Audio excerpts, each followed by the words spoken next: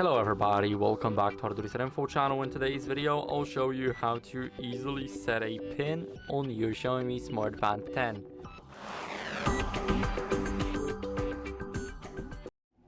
So first, what you guys want to do is go over to settings, as this is our first step. So head over to settings. Now in those settings you need to scroll a bit down. So let's scroll a bit down until we see the pin.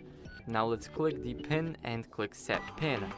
Here we can set up our pin. It has to be 6 digits.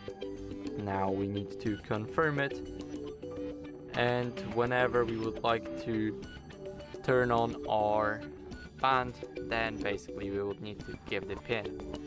So that's it. I hope this video helped you, and if it did, then leave a like, sub, and a comment, and I'll see you in the next one.